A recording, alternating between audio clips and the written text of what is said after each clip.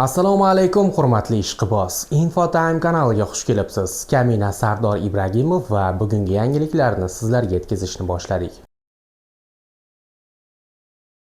O'zbekiston milliy terma jamoasi a'zosi Abduqodir Husanov Yevropada o'ynayotgan eng kuchli himoyachilardan biri sifatida e'tirof etilgan. 22 yoshli futbolchi keyingi paytlarda transfer oynalari arafasida turli klublar nishoniga tushmoqda.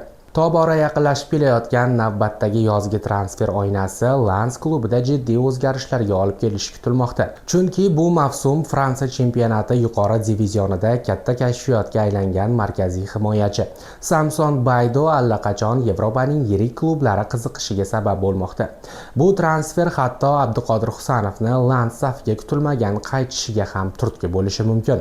Jurnalist Akram Konurning ma'lumotiga ko'ra, Manchester City klubi Samson Baydo uchun kurashda raqobatchilardan ancha ilgarilab ketgan. Xabar qilinishicha, Angliya Superkubogi o'ziga yaxshi tanish strategiyani ko'rib chiqmoqda. Futbolchini yozda sotib olish va uni rivojlanishini davom ettirish uchun yana bir mavsumga Lensga ijaraga qoldirish. Asli kelib chiqishi Ganadan bo'lgan 21 yoshli avstriyalik futbolchi bugungi kunda liganing eng istiqbolli himoyachilaridan biri sifatida tanildi. Yakkakurashlarda kuchli pas berishi aniq va o'yinni juda mukammal darajada tushunadigan Baydo zamonaviy himoyachiga qo'yiladigan barcha talablarga javob beradi.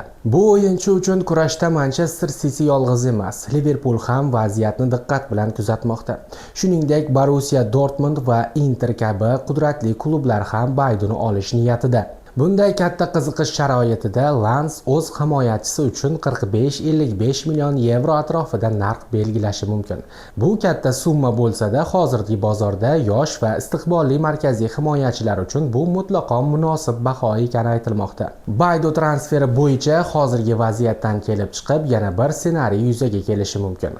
Lensni tark etganidan keyin Abduqodir Husanov Manchester City safida har doim ham boshlang'ich tarkibda muqim o'rin olayotgani yo'q. Bu holat Manchester City'ni o'zbek himoyachisini ijaraga berish imkoniyatini ko'rib chiqishga undashi mumkin. Ijaradagi muntazam o'yin amaliyoti Husanovni yangi bosqichga ko'tarilishiga yordam beradi.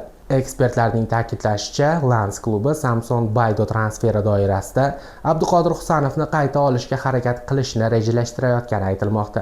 Bundan o'zbek legioneri maoshining bir qismi ingliz klubi tomonidan qoplanishi ehtimoldan xoli emas. Mana shu yo'l orqali lensliklar Baydoning jamoadan ketishini qoplash, shu bilan birga klub muhitiga allaqachon moslashgan o'zbek futbolchisini qayta qo'lga kiritish imkoniga ega bo'ladi. Agar bu reja amalga oshsa, Abduqodir Husanovning qaytishi Fransiyada yozning eng kutilmagan voqealardan biri bo'ladi, deb yozmoqda bootfootballclub.fr sayti jurnalisti Louis Christian.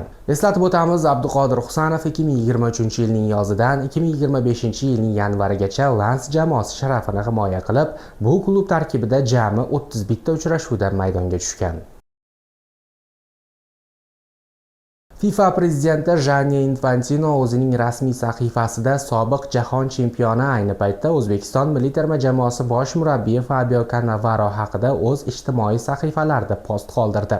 Tarixdagi eng yirik jahon chempionatida 2 nafar sobiq jahon chempionlari Fabio Cannavaro va Didier Deschamps endi murabbiy sifatida ishtirok etishadi.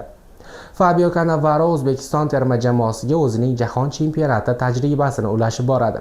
Jamoa tarixida ilk bor FIFA jahon chempionatida debyut qiladi, dedi Infantino.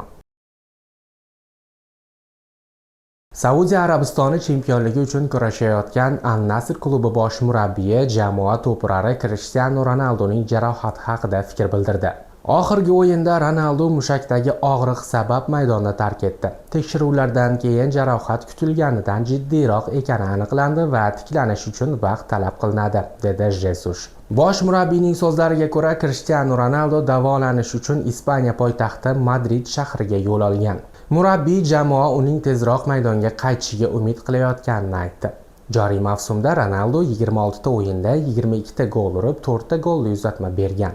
Siz nima deb o'ylaysiz, qadrli ishqiboz? Fikringizni izohlar bo'limiga yozib qoldiring. Kanalimizga obuna bo'lishni va like bosishni unutmang.